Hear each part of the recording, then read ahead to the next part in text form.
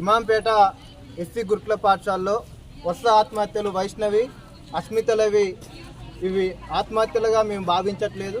దీని వెనక అనేక అనుమానాలు ఉన్నట్టుగా మా కళ్ళ ముందు కనపడతా ఉంది. తను ఏదైతే వైష్ణవి ఆత్మహత్య చేసుకుందని చెప్పి పోలీసుల పర్యవేక్షణలోనే తన కుటుంబ సభ్యులకు తెలియకుండా పోస్ట్మార్టం చేయడం అంటే ఇంతకంటే ఇంకా అనుమానం ఏదీ లేదు. దీనికి సంబంధించినటువంటి హత్యగానే మేము భావిస్తున్నటువంటి పరిస్థితి ఉంది.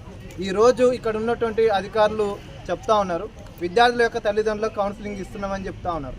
కానీ ఈ పాఠశాల ఏర్పాటు కానించి ఎన్నిసార్లు కౌన్సిలింగ్ ఇచ్చారో ఒకసారి తేల్చి చెప్పాల్సినటువంటి అవసరం ఉంది.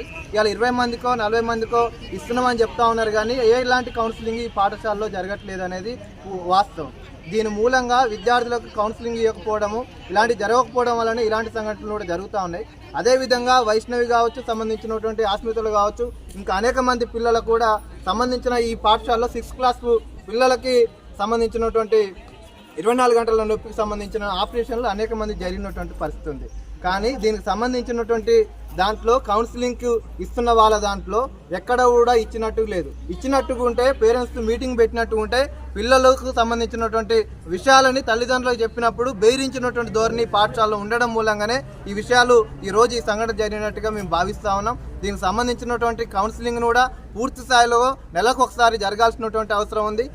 ఇలా సంఘటన జరిగింది కాబట్టి ఇలా మాత్రమే ఈ కౌన్సిలింగ్ ఏర్పాటు చేసినట్టుగా మేము భావిస్తూ ఉన్నాం. సంబంధించినటువంటి అధికారులపైన ఖచ్చితంగా చర్యలు తీసుకోవాల్సినటువంటి అవసరం ఉంది. సంబంధించిన ఆర్సీఓ పైన కూడా ఈరోజు చర్యలు తీసుకోవాలి.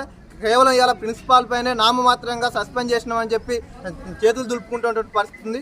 సంబంధించినటువంటి ఆ కుటుంబాలకు ఎగ్జిక్యూషన్ ఇవ్వాలని చెప్పి కలెక్టర్ కూడా ఆ రోజు మాట్లాడి వెళ్ళినాడు. కానీ నేటి కూడా ఎలాంటి ఎగ్జిక్యూషన్ ఇస్తున్నామని చెప్పి ఇప్పటి వరకు కూడా ప్రకటన ఇవ్వకపోవడం అనేది మాకు అనేక అనుమానాలు ఏర్పడుతున్నాయి. తక్షణమే సిట్టింగ్ జడ్జితో విచారణ జరిపించాలని చెప్పి మేము పీడీఎస్గా డిమాండ్ చేస్తాం.